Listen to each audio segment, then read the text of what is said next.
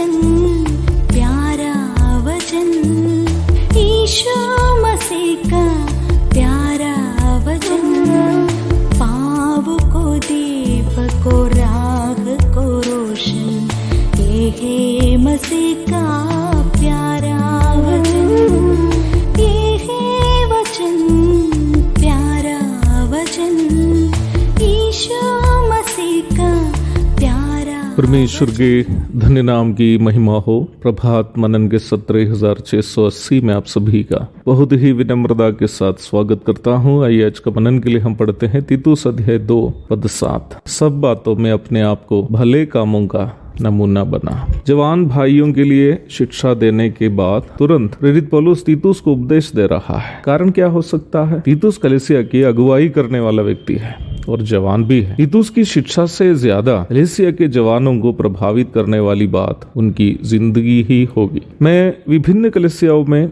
सेवा हेतु जाते समय एक विचित्र सी बात पर ध्यान दिया। कलीसिया के मुख्य अगुवे की मूछ जिस प्रकार वो रखता है, उसी प्रकार कलीसिया के ज्यादातर नौजवान भी रखते हैं। मैं ये हर कलीसिया की बात नहीं बोल रहा हूँ, परंतु कई जगह मैंने ये देखा। मैं ये भी नहीं बोल रहा हूँ कि ऐसा करना सही है या गलत, पर मेरा कहना यह है कि कलीसिया के अगुवों के जीवन की छोटी छोटी बात भी विश्वासी लोगों पर किस प्रकार प्रभाव डालती है। यही वजह होनी चाहिए कि प्रेरित पौलुस अत्यधिक महत्व देकर तीतुस को उपदेश दे रहा है कि जवान भाइयों के सामने भले कामों में नमूना बने, ताकि कलीसिया के जवान भाई लोग तीतुस को देखकर सीख सके। पौलुस तीतुस को बोल रहा है कि भले कामों में अपने आप को नमूना बना। भले कामों के विषय में पूर्व में भी कई बार मैं बताया। पाप भी मनुष्य करने वाला कोई भले काम परमेश्वर के नजर में कभी भी भला नहीं है, क्योंकि उस भले काम करने वाला व्यक्ति पापी है। यशायाह 64:4। परंतु यीशु मसीह को जिसने उद्धारकर्ता के रूप में ग्रहण किया, उनको धर्मी की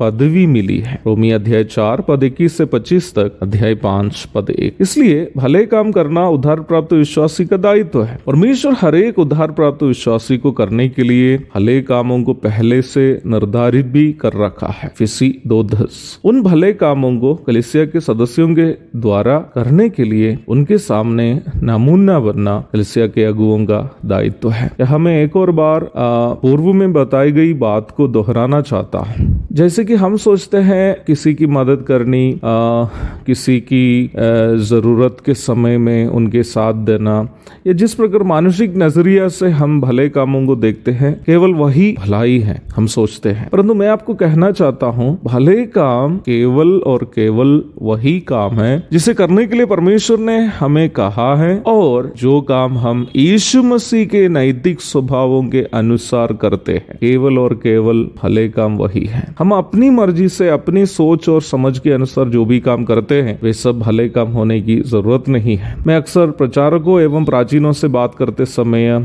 एक और बात कहता हूँ। आप कभी भी ये उम्मीद नहीं करना कि आपके कलीसिया के विश्वासी आपसे अधिक आत्मिक बनेंगे। अगर कोई बंदा अगुवे से अधिक आत्मिक बन जाता हो, तो वो केवल और केवल परमेश्वर के अनुग्रह के कारण ही होंगे। परंतु संभावना इस बात की है कि कलीसिया के विश्वासी उतना या उससे कम आत्मिक ही होगा जितना उस कलीसिया के अगुवे आत्मिक है। मैं ये भी नहीं बोल रहा हूँ कि अगुवे रविवार में या अन्य कलीसियाई सभाओं में जितनी आत्मिकता दिखाता है उतना विश्वासी आत्मिक होंगे, बल्कि मेरा कहना यह है कि अगुवे कितने वास्तव में आत्मिक है, how much he is genuinely spiritual, वही आत्मिकता विश्वासियों को प्रभावित करता है। विश्वासी अगुवे की वही आत्मिकता को अपने जीवन में उतारने की कोशिश करेंगे। इसलिए अपनी कलीसिया के सदस्यों को जो अगुवे आत्मिक के रूप में देखना चाहते हैं, उस अगुवे को स्वयं आत्मिक बनने की आवश्यकता है। पौलुस तीमुथियुस से कह रहा है, भले कामों में, अर्थात जो भी काम यीशु मसीह के नैतिक स्वभावों के अनुसार के करने हैं, उसके लिए तीतुस ही क्या करे, विश्वासियों के सामने